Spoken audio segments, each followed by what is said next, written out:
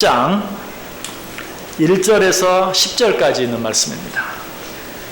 요한복음 10장 1절에서 10절까지 있는 말씀. 요한복음 10장 1절에서 10절까지 있는 말씀 교독하겠습니다. 제가 먼저 1절 읽습니다. 내가 진실로 진실로 너희에게 이르노니 문을 통하여 양이 우리에 들어가지 아니하고 다른 데로 넘어가는 자는 절도며 강도요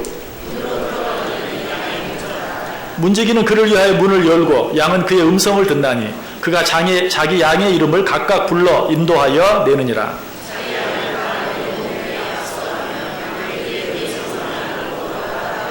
타인의 음성은 알지 못하는 고로 타인을 따르지 아니하고 도리어 도망하느니라.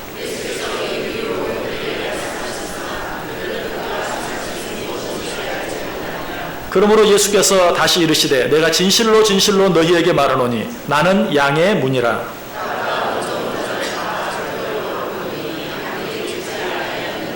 내가 문이니 누구든지 나로 말미암아 들어가면 구원을 받고 또는 들어가며 나오며 꼴을 얻으리라.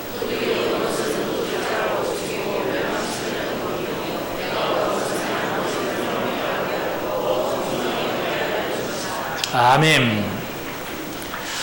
날씨가 너무 시원해졌죠.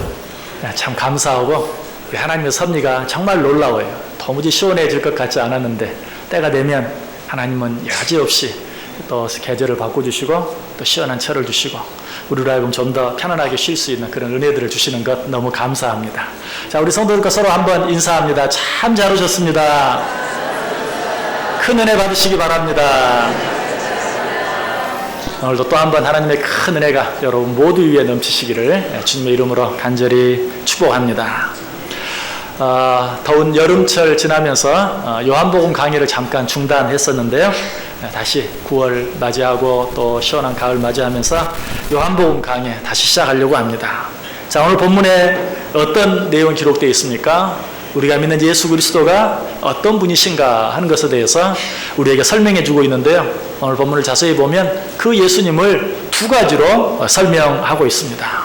그 첫 번째 1절부터 5절까지 있는 말씀은 예수 그리스도는 양의 목자이시다 하는 것으로 설명하고요. 뒷부분 7절부터 10절까지 있는 내용 보면 예수 그리스도는 양의 문이시다 라고 말씀하고 있어요.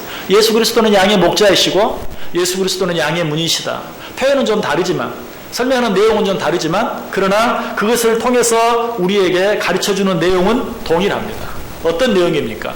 예수 그리스도 외에 우리를 구원해 주실 수 있는 다른 목자는 없다.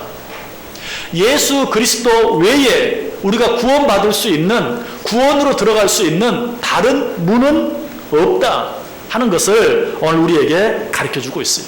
예수 그리스도 외에 다른 구원자가 있다든지 예수 그리스도 외에 구원 얻을 수 있는 다른 방법이 있다고 가르치는 자는 다 절도요 강도다 라고 말하고 있어요. 1절 2절을 다시 한번 보세요. 내가 진실로 진실로 너희에게 이르노니 문을 통하여 양이 우리에 들어가지 아니하고 다른 데로 넘어가는 자는 절도며 강도요 문으로 들어가는 이는 양의 목자라. 자, 여기에서 문으로 들어가지 않고 다른 데로 넘어가는 것, 이것은 뭘 말합니까? 예수 그리스도의 은혜를 의지하지 아니하고 인간의 어떤 행위나 노력이나 율법을 의지해서 그것으로 말미암아 구원 얻을 수 있다고 믿는 것, 혹은 그것으로 말미암아서도 구원을 얻을 수 있다고 가르치는 것, 이것은 다 절도요 강도다라고 이야기하고 있습니다.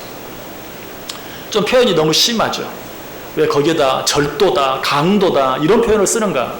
그냥 조금만 생각해 보면 이 표현이 너무 조금 더 지나치지 않아요. 왜? 하나님께서는 우리를 구원하시기 위해서 하나밖에 없는 독자 예수 그리스도를 구원자로 우리에게 보내주셨어요. 그리고 그 예수 그리스도는 우리의 죄를 용서하시고 사하셔서 우리에게 구원을 주시기 위해서 십자가에 달려 돌아가 주셨어요. 죽어주셨어요. 그런데 그 예수 그리스도를 제껴놓고 다른 구원의 길이 있다고 말하거나 다른 구원의 방법이 있다고 믿는 것은 그야말로 절도보다 더 심한 것이, 강도짓 하는 것보다 더 심한 것이, 왜? 예수 그리스도의 그 죽음을 헛되게 만드는 것이요 무효화시키는 것이기 때문에.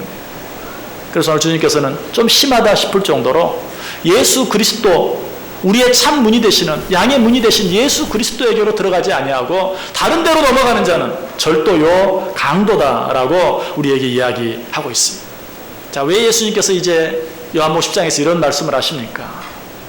예수님께서 지금 이런 말씀을 하시는 것은 지금 예수님 앞에 이 절도와 강도와 같은 자들, 예수 그리스도 외에도 다른 구원의 길이 있다고 믿고 있는 자들이 있었기 때문이에요. 그들이 누구입니까? 바리새인들이었어요. 이 말씀의 내용을 바로 이해하기 위해서는 오늘 10장 바로 앞에 있는 9장의 내용과 연관지어 생각해 보아야 돼요. 우리가 9장까지 마치고 좀 쉬었다가 10장을 다시 시작하는데 시간이 좀 지나가서 9장에 어떤 내용이 있는지 잊어버렸는지도 모르겠어요. 9장에 어떤 내용이 나오죠? 날 때부터 소경되었던 자가 예수 그리스도의 전적인 은혜로 말미암아 눈을 뜨게 된 사건이 기록되어 있어요. 자, 그런데 바리새인들은 이 사실을 보면서 어때요? 저 분이 바로 예수 그리스도다. 우리가 기다리던 메시아다. 라고 예수 그리스도를 맞아들였습니까? 아니. 오히려 예수 그리스도께서 안식일에 그 일을 행하셨다는 것 때문에 예수 그리스도를 메시아가 아니라고. 그리고 날 때부터 소경으로 맹인으로 태어난 이 사람, 그들이 뭐라고 물었죠? 저가 저렇게 된 것이 부모의 죄 때문입니까? 자기 죄 때문입니까? 그건 확실히 모르지만 분명한 것은 저 사람은 죄인이라는 것입니다. 그러므로 안식일에 눈을 뜨게 한 저 사람의 어떤 말이나 행동이나 또 죄인으로 태어난 저 날 때부터 맹인 되었다가 눈을 뗀 저자, 그 자들 사이에서 일어난 그 어떤 일도 우리가 믿을 필요도 없고 받아들일 필요도 없다. 저들은 다 죄인이다. 저들은 아무것도 아니다. 지금 바리새인들은 무엇으로? 오직 자기들이 가지고 있는 율법으로, 사람의 행위로, 그리고 그 사람의 외모로 모든 것을 판단하고 있는 것을 보게 돼요. 요한복음 9장 16절 한번 다시 한번 보세요. 바리새인 중에 어떤 사람은 말하되 이 사람이 안식일을 지키지 아니하니 하나님께로부터 온 자가 아니라 하며, 어떤 사람은 말하되 죄인으로서 어떻게 이러한 표적을 행하겠느냐 하여 그들 중에 분쟁이 있었다. 다른 거 아무것도 생각하지 않아요. 자기들이 가지고 있는 율법, 안식일에 맹인의 눈을 뜨게 했다는 그 사실로 인하여 다른 것은 더 보지도 않는, 은혜고 뭐고 생각하지도 않는 저 자는 죄인이다. 저자가 하는 말은 우리가 들을 필요도 없고 믿을 필요도 없고 따를 필요도 없다라고 말해요. 그리고 그 눈 뜬 그 맹인에게도 뭐라고 말합니까? 요한복음 9장 34절에 그들이 대답하여 이르되 네가 온전히 죄 가운데서 나서 우리를 가르치느냐 하고 이에 쫓아내어 보내니라. 날 때부터 맹인 되었다가 눈을 뜬 자가 뭐라고 말해요? 아니, 나도 그 사람을 아는데 당신들은 그 사람이 누군지 모릅니까? 라고 말하니까, 아니 죄인인 네가 우리들을 가르치려고 하느냐. 무엇으로? 그 날 때부터 소경되었다가 눈을 뜬 자의 외모, 과거의 행적으로 그 사람을 판단하고 그 사람이 어떤 말도 들으려고 하지 않는 바리새인들의 모습을 보게 돼요. 지금 예수님께서는 그들을 앞에 놓고 너희들의 그런 태도는 절도와 강도와 같은 태도이다. 왜?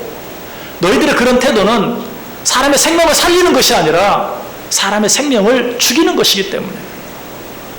지금 바리새인들이 뭐라고 말하고 있어요? 예수님의 은혜로 눈을 뜬 자에게 너 죄인 아니냐? 네가 죄인이든지 네 부모가 죄인이든지 죄인인 것은 확실한데 네가 지금 무슨 말을 하고 있느냐?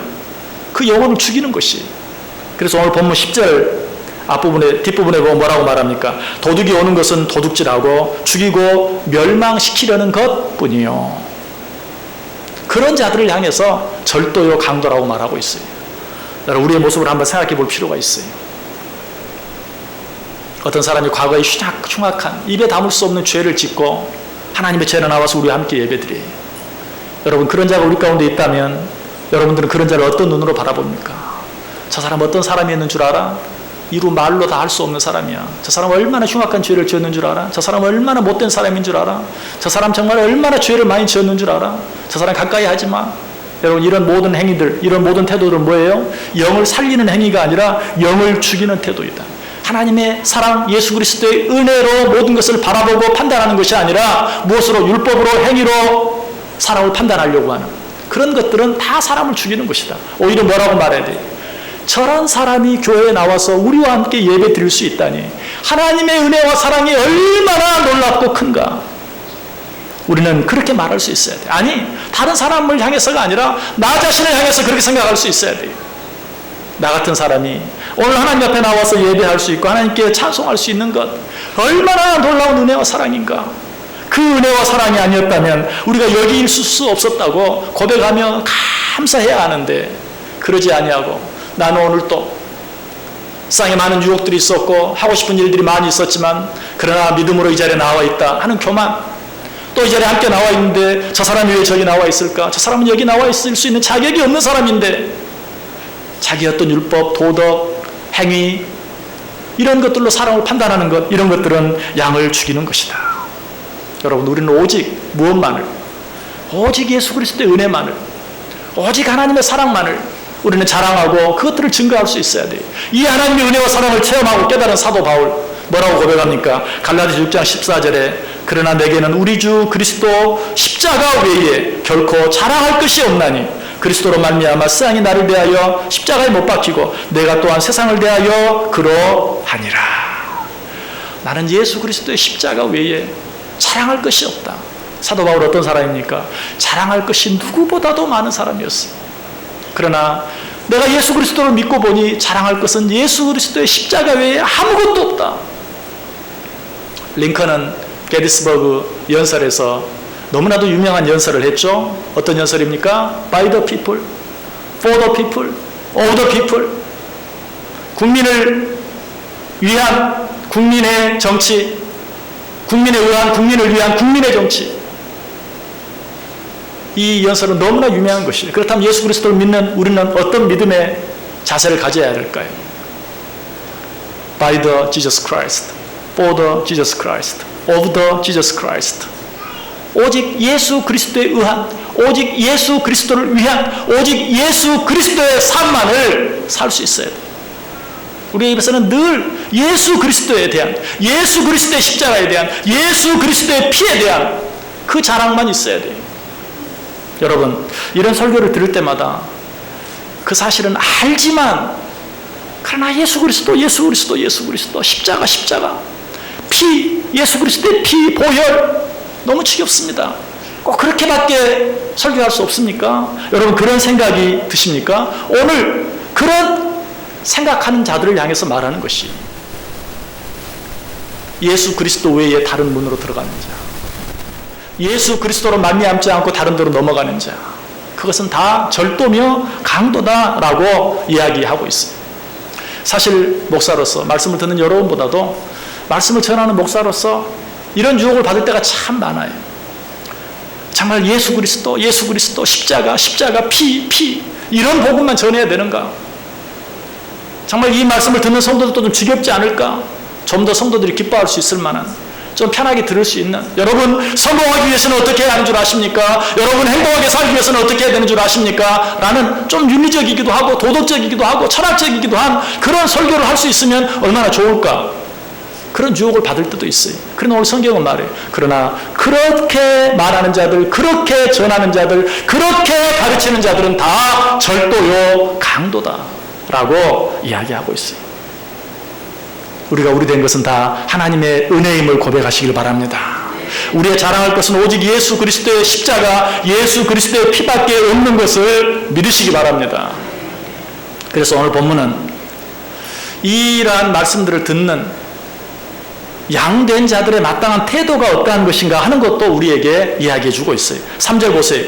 문지기는 그를 위하여 문을 열고 양은 그의 음성을 듣나니. 양들은 자기 목자의 음성을 듣는다라고 말하고 있어요. 4절에서도 한 번 더 가르쳐주고 있죠. 4절, 자기 양을 다 내놓은 후에 앞서가면 양들이 그의 음성을 아는 거로 따라오되. 참된 하나님의 자녀들은 목자의 음성을 안다라고 이야기하고 있어요. 목자의 음성이 무엇입니까? 윤리적이고 도덕적이고 철학적인 내용, 그것은 목자의 음성이 아니에요. 그런 음성은 뭐라고 그랬어요? 절도, 강도의 음성이다.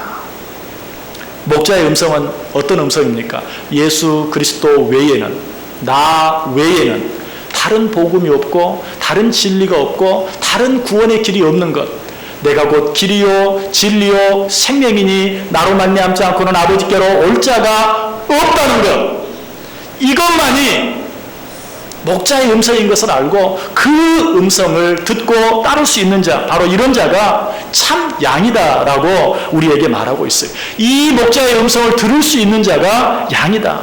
양은 이 목자의 음성을 듣고 따라간다라고 이야기하고 있어요. 나는 어떠한지 한번 생각해 보세요. 아직도 좀 더 아름답고 멋있는, 좀 윤리적이고 도덕적이고 이 세상을 살아가면서 어떻게 좀 더 멋지게 살아갈 수 있는지, 어떻게 좀 더 남보다 더 크게 성공하며 살아갈 수 있는지, 행복하게 살아갈 수 있는지 하는 것에 대해 이야기해야 내 마음이 열리고 귀가 열리는 분들이 계십니까? 내가 진정으로 목자의 음성을 따르는 양인지 한번 확인해 볼 수 있어야 돼요. 예수님께서는 지금 이것에 대해서 말씀하고 있어요. 그런데 이상한 것은 지금 예수님께서 말씀하고 있는데도 이 예수님의 말씀을 듣는 자들이 그 말씀을 듣고 깨닫지 못한다는 것이, 6절 보세요. 예수께서 이 비유로 그들에게 말씀하셨으나 그들은 그가 하신 말씀이 무엇인지 알지 못하니라. 예수님이 뭘로 말씀하셨다고요? 비유로 말씀하셨다. 비유로 말씀하셨다는 건 뭘 말이에요? 쉽게 말씀하셨다. 예를 들면서 쉽게 말씀하셨다. 그런데도 그들이 듣고 깨닫지 못했다라는 것이, 우리만 이것이 이상하게 느껴진 것이 아니라 앞장 9장에서 날 때부터 눈을 보지 못했던 그 맹인이 예수 그리스도의 은혜로 눈을 뜨게 됐죠. 그자도 이상하게 생각했어요. 왜? 나 같은 사람도 아는데 왜 성경에 대해서 누구보다 많이 알고 있다고 하는 성경 교사라고 하는 성경 박사라고 하는 저 바리새인들은 알지 못할까 이상하게 생각했어요. 요한복음 9장 30절에 나와요. 그 사람이 대답하여 이르되 이상하다. 이 사람이 내 눈을 뜨게 하였을 때 당신들은 그가 어디서 왔는지 알지 못하는도다. 무슨 말이죠? 내가 보기에는 이 사람이 틀림없이 하나님께서 보낸 자이다. 하나님께서 보낸 자가 아니라면 어떻게 이런 일을 행할 수 있느냐. 그런데 나 같은 사람도 그 사실을 아는데 왜 너희들은 그 사실을 알지 못하고 깨닫지 못하고 인정하지 못하느냐라고 말하고 있어요. 정말 이상한 일이죠. 여러분, 여기에서 우리는 한 가지 정말 깊이 생각해 볼 수 있어야 돼요. 오늘 우리는 이 하나님의 말씀을 들으면서 다 아멘으로 받아들입니다. 예수 그리스도께서 우리의 구주이십니다. 예수 그리스도 외에 다른 구원의 길이 없습니다. 예수 그리스도의 십자가, 예수 그리스도의 보혈 외에 다른 복음은 없습니다. 우리는 그 말씀 앞에 모두 아멘할 수 있습니다. 그런데 여러분, 밖에 나가서 이 말씀을 전하면 사람들이 어떻습니까? 아무도 그 말씀을 받아들이지 못하고 이해하지 못해요. 분명 나보다 더 많이 배우고 나보다 더 똑똑하고 나보다 더 모든 것들을 이해를 잘 할 수 있는 그런 사람인데도 여전히 그 말씀을 이해를 하지 못하고 받아들이지 못해. 그런데 나는 그런 말씀을 들으면 어떻습니까? 받아들여져요. 이해가 돼요. 입에서 아멘이 나와요. 여러분, 이것이 얼마나 큰 은혜인 줄 아십니까? 이것이 하나님께서 우리에게 베풀어 주신 은혜예요. 내가 남보다 더 똑똑해서가 아니, 내가 남보다 믿음이 더 좋아서가 아니, 하나님께서 나를 사랑하시고 예수 그리스도께서 십자가의 은혜를 내게 허락해 주시고 보혈의 은혜를 내게 덧입혀 주심으로 말미암아서 나는 이 말씀 앞에서 아멘으로 화답할 수 있다는 것이, 오늘 성경은 그것을 말하고 있어요. 양은 목자의 음성을 알고 따른다라고 이야기하고 있어요. 자, 그런데 예수님께서 아무리 말해도 듣지 못하고 이해하지 못하는 그 바리새인들에게 한 번 더 설명합니다. 7절 보세요. 그러므로 예수께서 다시 이르시되 내가 진실로 진실로 너희에게 말하노니 나는 양의 문이라. 예수께서 다시 이르시되 또 한 번 말해요. 내가 양의 문이다. 9절에서도 말합니다. 내가 문이니 누구든지 나로 말미암아 들어가면 구원을 받고 또는 들어가며 나오며 꼴을 얻으리라. 또 한 번 설명을 해줍니다. 예수님이 제차이처럼 설명하니까 바리새인들이 듣고 깨달았습니까? 아니. 오늘 10절 말씀 보세요. 19절 말씀 보세요. 오늘 본문은 아니지만 19절 말씀 보시면 이 말씀을 인하여 유대인 중에 다시 분쟁이 일어났다. 예수님께서 재차 다시 설명해 주시니까 이제는 좀 더 많은 사람들이 이해하고 그것을 받아들이는 것이 아니라 그것으로 인하여 그들 사이에 분쟁이 일어났다. 얼마나 안타까운 일입니까? 여러분, 그러나 우리는 어떻다고요? 우리는 이런 말씀을 들을 때마다 그 말씀 앞에서 아멘으로 그 말씀을 받아들일 수 있어요. 왜? 하나님의 은혜가 우리에게 임했기 때문이, 하나님의 사랑이 우리에게 임했기 때문이. 여러분, 우리는 그 사실을 역시 요한복음 9장에 나타난 날 때부터 맹인되었던 자를 통해 알게 돼요. 예수님께서 눈을 뜬 다음에, 그 맹인이 눈을 뜬 다음에 다시 한번 그 맹인을 찾아가십니다. 그리고 말합니다. 지금 너와 말하는 자가 누구인 줄 아느냐? 바로 그가 메시아다. 그랬을 때 이 맹인은 어떻게 반응합니까? 이르되 주여 내가 믿나이다 하고 엎드려 절했다. 이 맹인은 하나님의 은혜가 임했을 때 그 사실을 믿고 받아들이고 순종할 수 있었어요. 주라고 고백하며 그 앞에 엎드릴 수 있었어요. 그에게는 예수님께서 내가 다시 말하노니 라고 설명하지도 않았어요.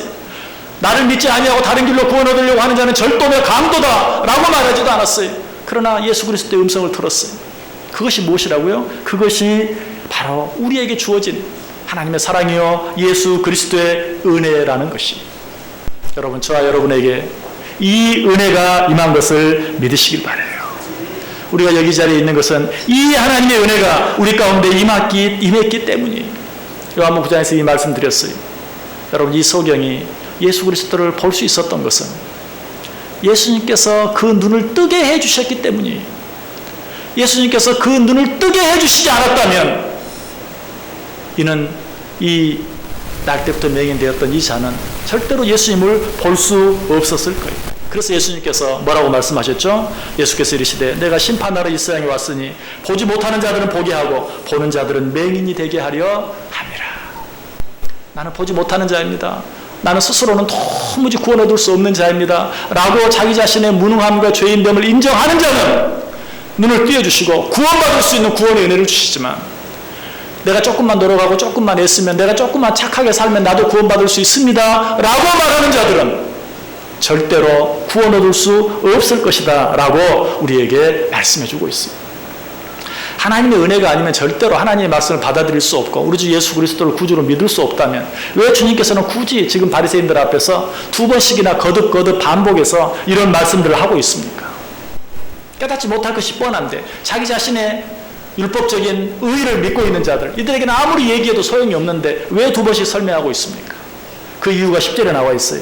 도둑이 오는 것은 도둑질하고 멸망시키려는 것뿐이요 내가 온 것은 양으로 생명을 얻게 하고 더 풍성히 얻게 하려는 것이라. 지금 예수님께서는 바리새인들을 향하여 말하고 있는 것 같지만 사실은 바리새인들을 향하여 말하고 있는 것이 아니라 날 때부터 맹인 되었다가 눈을 뜬 자를 향하여 말하고 있어요. 이 바리새인들을 봐라. 너보다 똑똑하고 너보다 잘나고 너보다 율법적으로 도덕적으로 윤리적으로 흠이 없는 이 바리새인을 봐라. 모든 면에서 너보다 낫지만 아무리 이야기해도 듣지 못하고 깨닫지 못하고 믿지 못하지 않느냐. 왜 그런 줄 아느냐. 하나님의 사랑이 예수 그리스도의 은혜가 임하지 아니하면 되지 않는다. 그러나 너는 정말 성경에 대해서도 율법에 대해서도 알지 못하고 메시아에 대해서도 네가 알지 못하는데 너는 지금 나를 알고 만나고 이 구원의 기쁨을 누리고 있지 않느냐. 그것이 무엇인 줄 아느냐. 그것이 바로 하나님의 사랑이요 그것이 바로 너를 향한 하나님의 은혜다라는 것을 가르쳐주고 있어. 내가 지금 왜 이 이야기를 하고 있는 줄 아느냐. 10절 뒷부분에 내가 온 것은 양으로 생명을 얻게 하고 양으로 생명을 얻게 할 뿐만 아니라 더 풍성히 얻게 하기 위해서. 여러분, 저와 여러분은 이미 예수 그리스도의 은혜로 말미암아 영생을 얻은 자들인 것 믿으십니까? 그런데 왜 오늘 우리들에게 이런 말씀을 또 하십니까?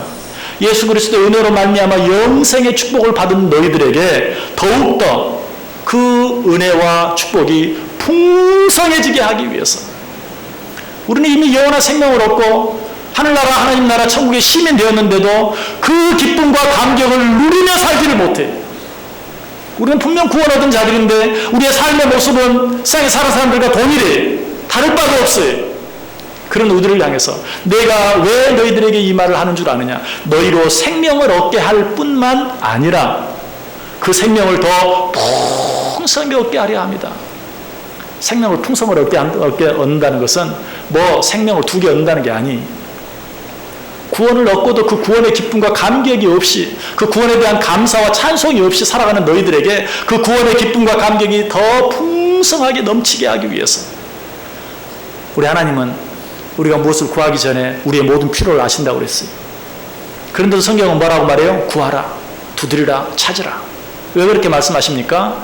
이미 구하기 전에 우리의 모든 필요를 아시는 분이 그때그때 채워주시면 되는데 왜 구하라, 찾으라, 두드리라. 그래야면 네가 얻을 것이다, 열릴 것이다, 찾을 것이다. 왜 그렇게 말씀하십니까?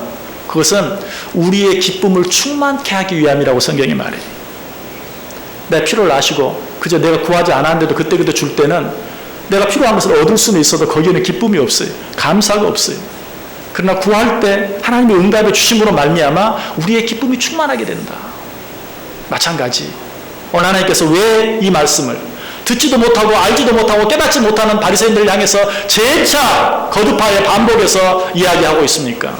하나님의 은혜로 구원받은 자, 하나님의 은혜로 눈을 뜬 그 소경에게 그 구원의 기쁨과 감격이 얼마나 큰 것인가 하는 것을 깨닫게 하기 위해서, 생명을 얻을 뿐만 아니라 그 생명을 더 풍성히 얻고 누리게 하기 위해서, 오늘 이 말씀을 듣는 저와 여러분 가운데도 이미 구원을 얻은, 이미 영원한 생명을 얻은 우리 가운데도 이 하나님의 놀라운 은혜와 축복이 더 풍성히 임할 수 있게 되기를 간절히 축원합니다.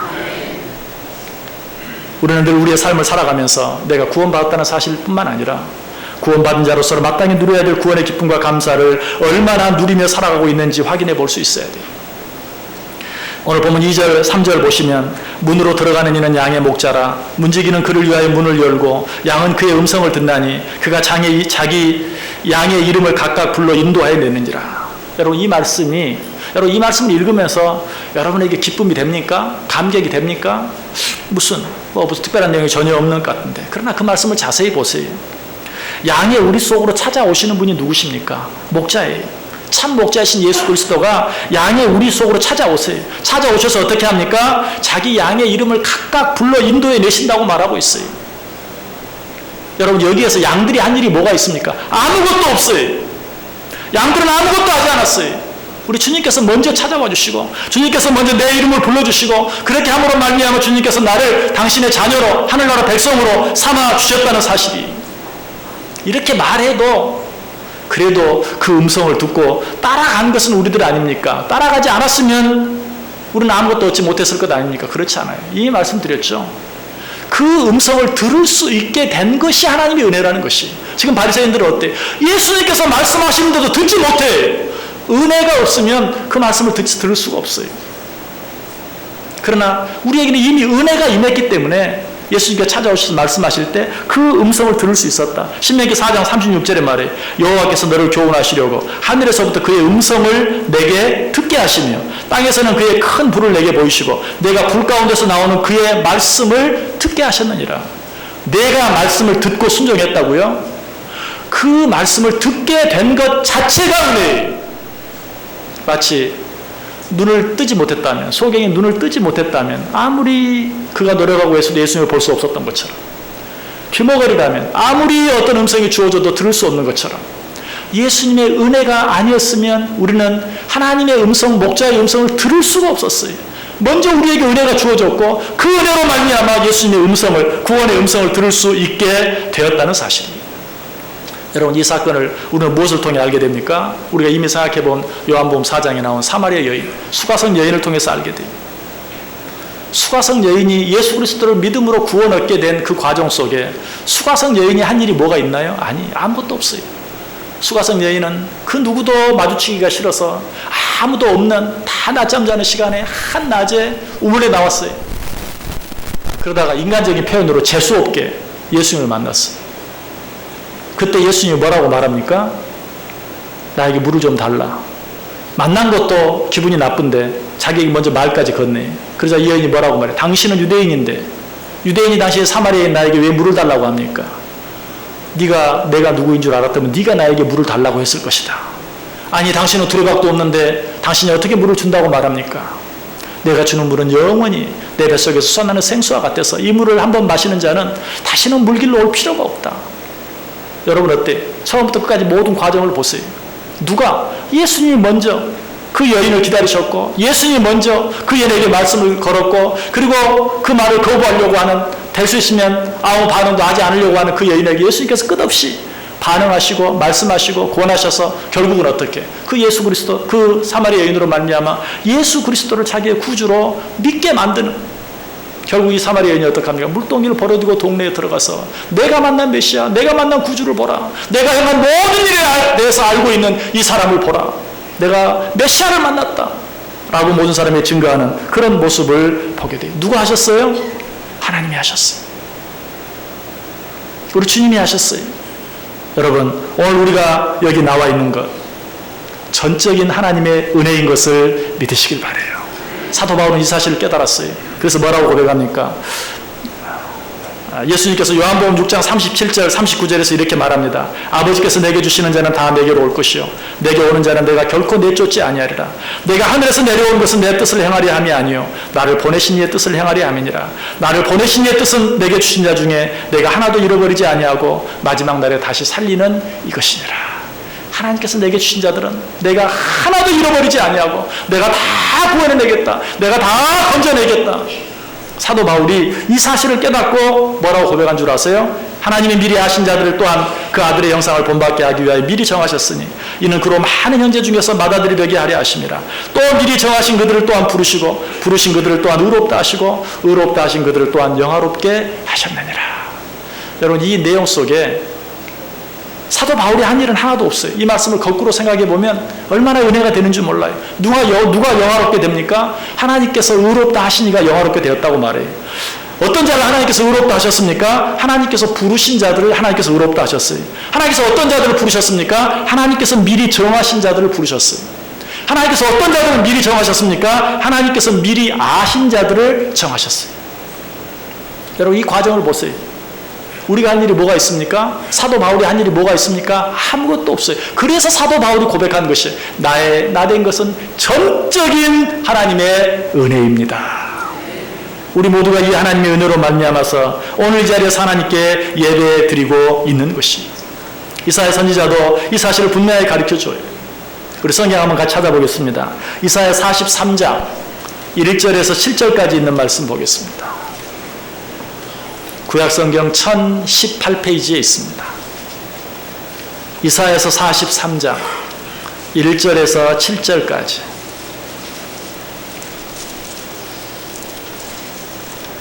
이사야 43장 1절에서 7절까지입니다. 우리 이 말씀 다 같이 함께 읽습니다. 야곱아 너를 창조하신 여호와께서 지금 말씀하시느니라. 이스라엘아 너를 지으신 이가 말씀하시느니라.